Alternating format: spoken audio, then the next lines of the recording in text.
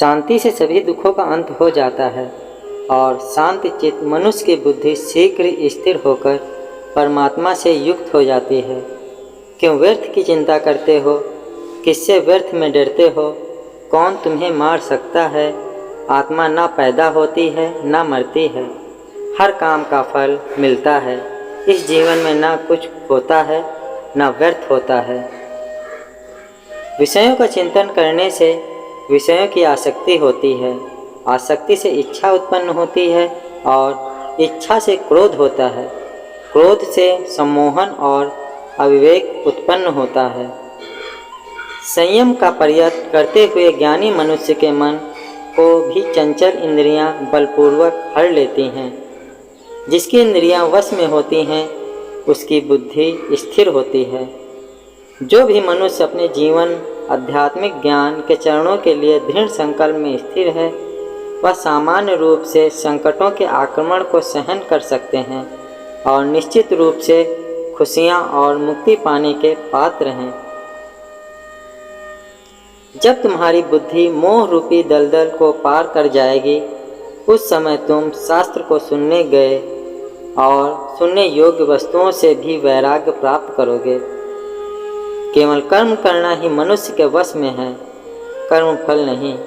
इसलिए तुम्हें कर्मफल की आसक्ति में ना फंसो तथा कर्म का त्याग भी ना करो। तुम्हारा क्या गया जो तुम रोते हो? तुम क्या लाए थे जो तुमने खो दिया?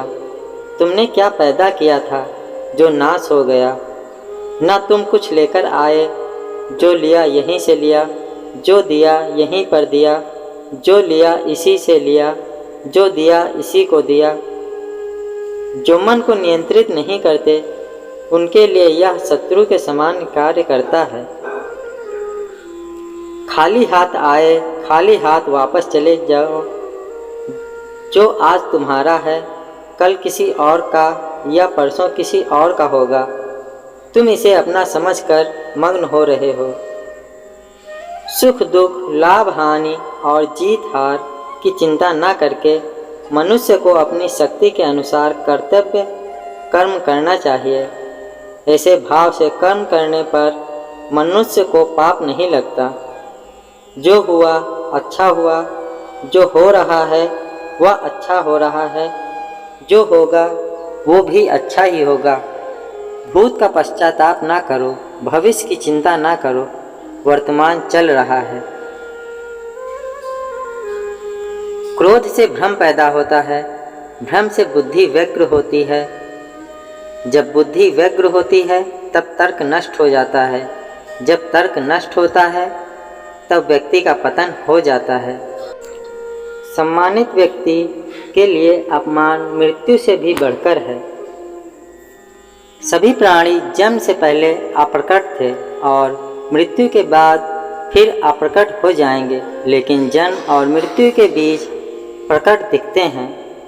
फिर इसमें सोचने की क्या बात है? परिवर्तन संसार का नियम है। जिसे तुम मृत्यु समझते हो वही तो जीवन है। एक क्षण में तुम करोड़ों के स्वामी बन जाते हो, दूसरे चरण में तुम दरिद्र हो जाते हो। शस्त्र आत्मा को काट नहीं सकते, अग्नि इसको जला नहीं सकती, जल इसको गीला नहीं कर सकता और वायु इसे सुखा नहीं सकती। जैसे मनुष्य अपने पुराने वस्त्रों को उतारकर दूसरे नए वस्त्र धारण करता है, वैसे ही आत्मा मृत्यु के बाद अपने पुराने शरीर को त्याग करने से ही प्राप्त करती है। आत्मा न कभी जन्म लेती है और न मरती है। शरीर का नाश होने पर भी नष्ट नहीं होता। आत्मा अमर है। जो लोग इस आत्मा को मारने वाला या मरने वाला मानते हैं वे दोनों ही नासमझ हैं। आत्मा न किसी को मारती है और न ही किसी के द्वारा मारी जाती है। न यह शरीर तुम्हारा है न तुम शरीर के हो। यह अग्नि, जल, वायु, पृथ्वी, आकाश से मिलकर बना है और इसी में मिल जाएगा। परंतु आत्मा स्थिर है। फिर तुम क्या हो?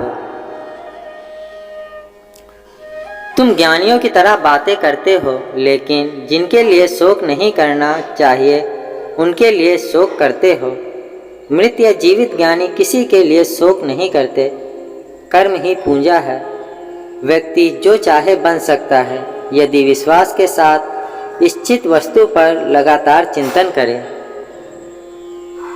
मैं काल हूँ, सबका नाशक। मैं आया हूँ दुनिया का उपभोग करने के लिए। कर्म उसे नहीं बांधता जिसमें काम का त्याग कर दिया है।